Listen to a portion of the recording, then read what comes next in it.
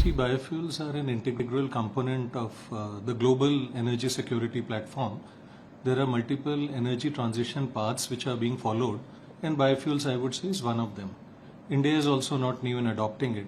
In fact, the biofuels that I would think of which have made very striding progress is ethanol. So there's a huge ethanol journey that India has taken right from since 2003. In compressed biogas also, we are moving ahead, and there are a lot of favorable schemes which are available to prosper the CBG pathway.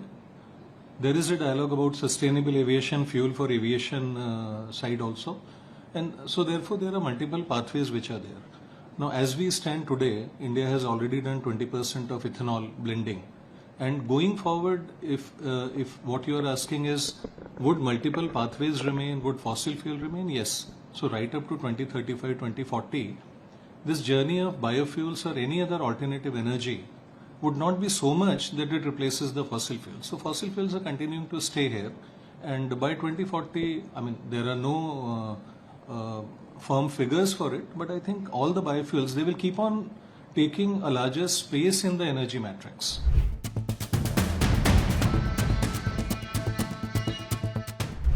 So let me recount the journey a little bit of ethanol. So we started in 2003 with a very small pilot as a country, and the focus therein was to do a little bit of blending, if I were to use that.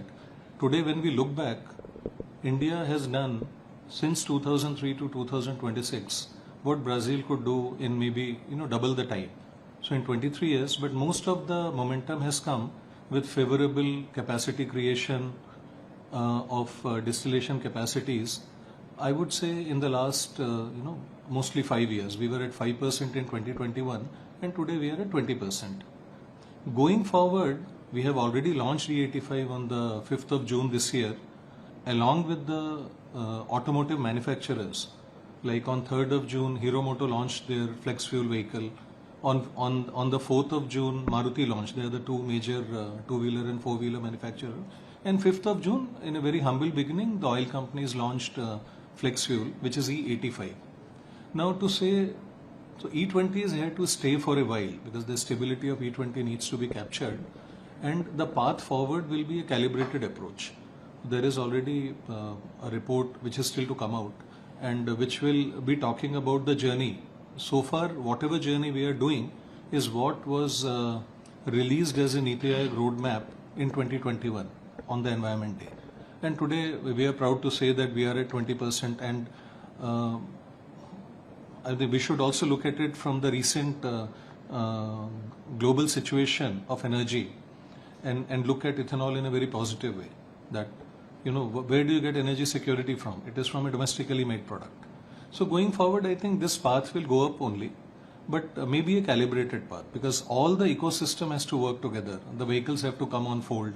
The number of vehicles have to increase. If flex fuels, if I talk, by 2030 also, I mean, while this is a number which oil marketing companies cannot talk, and probably automobile manufacturers can talk, but it will be some small proportion of the overall vehicle, and therefore E85 will also be there, coexistent with E20.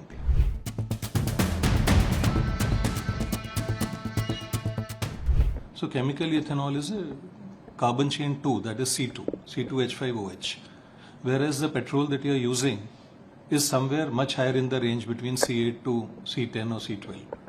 So for every molecule of petrol burnt versus every molecule of ethanol burnt, the CO2 levels will be necessarily lesser. Now, ethanol also has a very high octane number. So if it is put to good use by the automotive manufacturers, you can gain a certain advantage of that, and that is exactly the E85 platform, where OEMs have changed the compression ratio of the vehicles to ensure that the good part of ethanol is coming to you. Ethanol is highly emission friendly, which means when you burn ethanol, you would end up with maybe about 50 or 50% more or lesser greenhouse gas emissions. So overall, ethanol is good. Now the concerns of the people are, obviously ethanol has a lower mileage, so it has 30% less mileage in the chemical form. But who says that petrol is burnt so cleanly, positively, and every one of us knows what is the ideal mileage which is shown in the booklet and what we do? It is also dependent on individual habits. I would only put to you saying that as an individual, even if I'm also owning a car or a two-wheeler, as an individual, I should look ethanol in a positive way because it's very, very emission friendly. And this is something which is very critical for the next generation.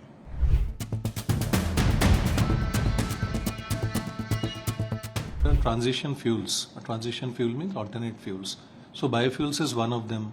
Electric vehicles is also one of them. Hydrogen is also one of them. CNG is also one of them. CBG is also there. Different paths are there. Consumer has a choice of buying any vehicle that he feels fit going for. So therefore there are a number of policies which are there. So I would not pitch EV against a flex fuel or EV against ethanol. It is at the end of the day a consumer's choice. If the electric vehicle is running on electricity produced through green sources, there's nothing like it. It's all the very good.